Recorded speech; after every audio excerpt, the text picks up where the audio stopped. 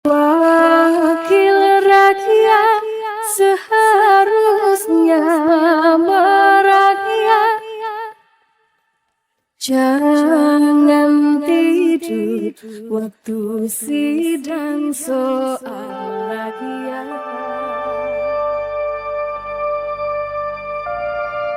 Viral di jagat maya, ucapan Ahmad Syahronny yang menyebut rakyat mental tolol. Kata-kata kasar itu langsung memicu gelombang amarah. Bagaimana mungkin seorang wakil rakyat, yang digaji dari uang rakyat, justru merendahkan rakyat sendiri? Ucapan itu jadi bukti betapa jauhnya para pejabat dari rasa empati dan kesopanan. Mental manusia yang begitu adalah mental orang tertolol sedunia. Catat nih, orang yang cuma mental bilang bubarin DPR, itu adalah orang tolol sedunia. Nggak apa-apa kita terima, tapi ada adat istiadat yang mesti disampaikan. Apakah dengan membubarkan DPR emang meyakinkan masyarakat bisa menjalani proses pemerintahan sekarang ini? Belum tentu. Tak berhenti di situ, publik kemudian menantang Ahmad Syahronny untuk debat terbuka.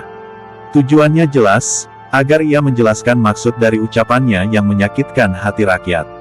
Namun yang terjadi justru sebaliknya, ajakan debat tidak pernah ditanggapi. Diam seribu bahasa, seolah menghindar. Padahal kalau memang merasa benar, harusnya berani tampil di depan rakyat yang ia hina. Halo teman-teman sebangsa setanah air, aku mau kasih update. Jadi 18 jam setelah aku tantang debat Ahmad Syahronny, ini beberapa update-nya.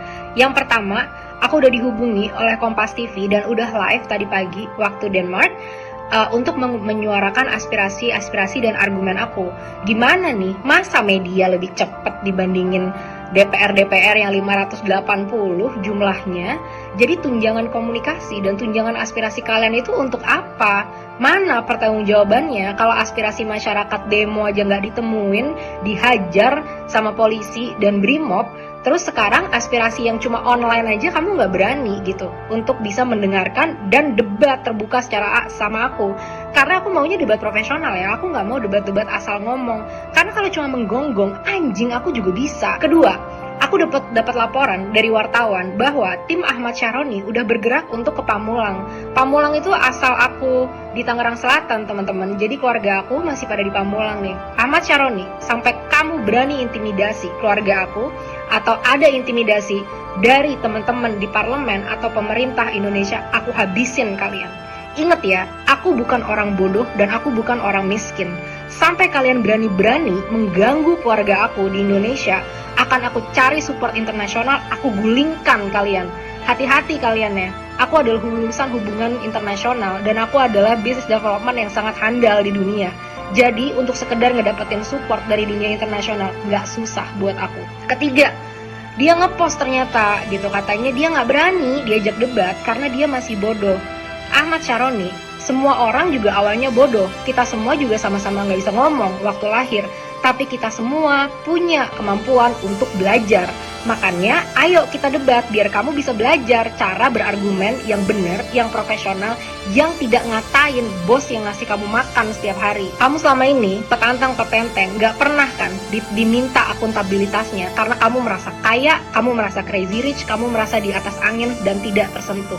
Tapi kali ini kamu berhadapan dengan aku. Setiap hari akan aku tuntut akuntabilitas kamu untuk datang dan debat secara profesional sama aku. Kita buktikan siapa yang sebenarnya tolol di antara kita. Kamu yang makan duit rakyat dan ngatain rakyatnya tolol atau aku. Aku terbuka, mungkin aja aku yang tolol, dan aku udah bilang, kalau memang aku yang tolol, dengan legowo akan aku support kamu Ahmad Syahronny. Tunjangan komunikasi cuma dibuat untuk posting-posting Instagram yang gak jelas gitu. 15 juta cuma buat kayak gitu, posting Instagram. Itu kan gratis semuanya teman-teman. Cuma sampai situ, ini bener-bener investasi bodong yang kita lakukan untuk ngebayar gaji dia. Pecat Ahmad Syahronny. Dari sini, kita bisa melihat jelas wajah asli wakil rakyat. Mudah bicara kasar di depan publik, tapi ketika ditantang untuk bertanggung jawab, malah memilih bersembunyi. Rakyat tidak butuh kata-kata manis, apalagi hinaan. Yang rakyat butuh adalah wakil yang berani, punya etika, dan benar-benar membela kepentingan mereka. Jangan sampai kursi empuk membuat lupa diri, dan mulut jadi senjata yang menyakiti hati rakyat.